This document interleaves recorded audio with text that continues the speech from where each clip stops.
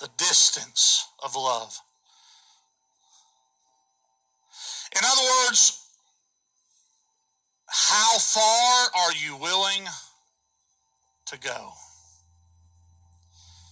The distance of love. How far are you willing to go? Watch the Bible with me, verses 18 and 19. Verily, verily, I say unto thee, Jesus is speaking, when thou wast young, thou girdest thyself and walkest whither thou wouldest, but when thou shalt be old, thou shalt stretch forth thy hands, and another shall gird thee and carry thee whither thou wouldest not. This spake he, signifying by what death he should glorify God. And when he had spoken this, he saith unto him, Follow me. Follow me. Real quick, I'm going to give you these points, and I want you to listen attentively to what I've got to say. Letter A, when it comes to how far you're willing to go, there has to be a submission. I'll explain these in just a moment. There has to be a submission. Letter B, there must be a sacrifice. Letter C, the sacrifice must be yourself. Self. Letter C, self. Now, give me a few more moments of your time. I'm going to wrap this up. How far are you willing to go? This interaction, this exchange in verse number 18 between Jesus and Peter, we find that Jesus is giving us an example of Peter prior to his relationship with Christ and then after his relationship with Christ.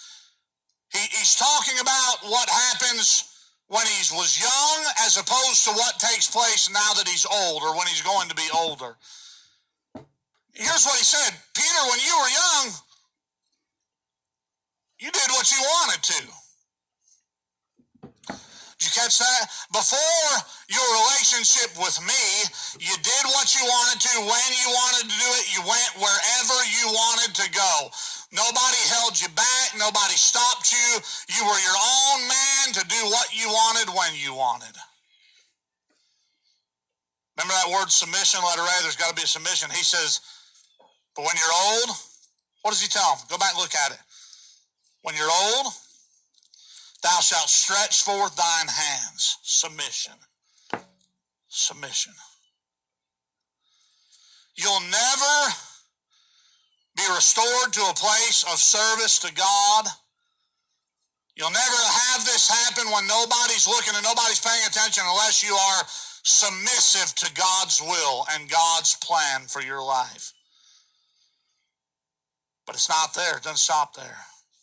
He's describing something. That's that sacrifice that we talked about. What's he describing? He answers it in verse number 19. This said he, signifying by what death he should glorify God. Let's just get right down to it. Listen to me. Don't answer it audibly. Answer it within yourself. It's a rhetorical question, okay? I want you to reach right down into the inner confines of your heart and be as honest with yourself as you possibly can be. And here's the question. Are you prepared to give your life for the cause of Christ? Would you die for the sake of Jesus? Be very careful how quickly you answer that, because I know everybody's first instinct, yes, I would, just like Peter. Peter had a habit of mouthing off before he got to the reality of life, didn't he? Remember, it was Peter. I'll die for you. I'll go to death with you. I'll fight for you. You were one of his disciples. No, Jack, that wasn't me. I'm talking about when the fire was present. I like this analogy. I don't have time to preach this. I wish I had time to preach this. But Peter's denial and Peter's restoration both take place near the fire. Because the fire is going to bring something out of you, whether it's good or whether it's bad.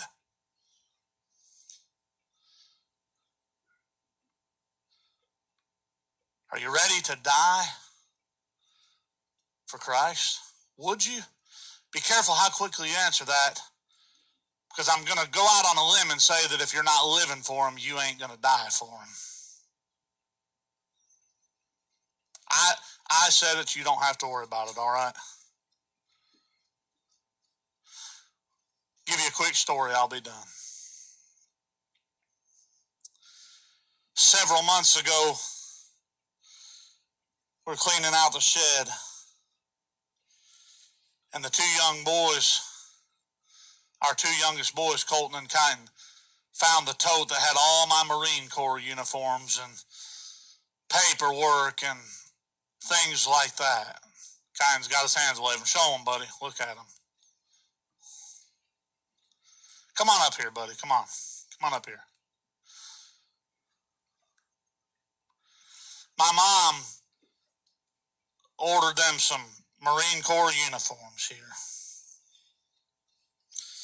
I even went yesterday and got them some sergeant stripes and put on there for them. Just like I was when I got out. You can go sit down now. But ever since then, they've been infatuated. I'm talking about infatuated with all things Marine Corps. They've even memorized all 3 verses of the Marine Corps hymn. Colton and Kyne got them uniforms the other night, and they put them on in the living room. I said, man, y'all look sharp. Colton said, I feel like a Marine. I said, you look like one, except you're about 3 feet too short. I looked at him, I said, are you going to join the Marines? Colton said, oh, yeah, I am. I said, Kyne, are you going to join the Marines? He looked at me, honest to God, he said,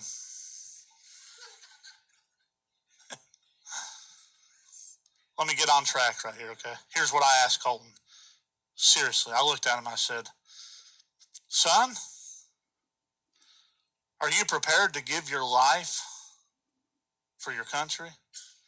I know what some people say, you shouldn't ask a child that young. No, listen, I want him to know that there's somebody on foreign ground right now giving their life for his freedom. Everybody okay with that? Don't really matter if you are or not, he's my son, all right? I don't mean that arrogant or cocky, I'm just saying. But I asked him, I said, are you ready and willing to give your life for your country? Without hesitation, he said, yes. I know he's a child, I know all that. But here's the point. His mama walked in behind me, sitting in the recliner. She walked in behind me. I said, did you hear that, Cindy? She said, what? I said, I just asked him if he was going to join the Marines. He said, yes. I said, are you willing to give your life for your country? He said, absolutely. Mama said, no, you ain't either. I looked at Colton as if to say, sorry, and he said, she can't control me. Forever.